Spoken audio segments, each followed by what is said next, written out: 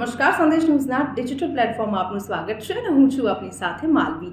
બીસીસીઆઈની 10 points પોલિસીના નવા નિયમો સામે આવ્યા છે. આ તમામ નિયમોનું પાલન ભારતીય ખેલાડીઓ માટે ફરજિયાત છે અને જો ઉલ્લંઘન કરશે તો આકરી સજા પણ થઈ શકે છે.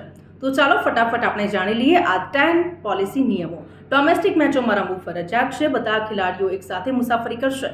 ખેલાડીઓ નિયત વજન જે છે એ મુજબ જ સામાન લઈ જઈ શકશે, એટલે કે વધુ સામાન તેઓ નહીં લઈ જઈ શકે. પર્સનલ સ્ટાફ પણ તેઓ નહીં લઈ જઈ શકે.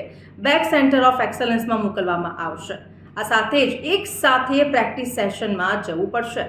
સિરીઝની વચ્ચે જાહેરાતો શૂટ કરવાની કોઈ સ્વતંત્રતા નથી.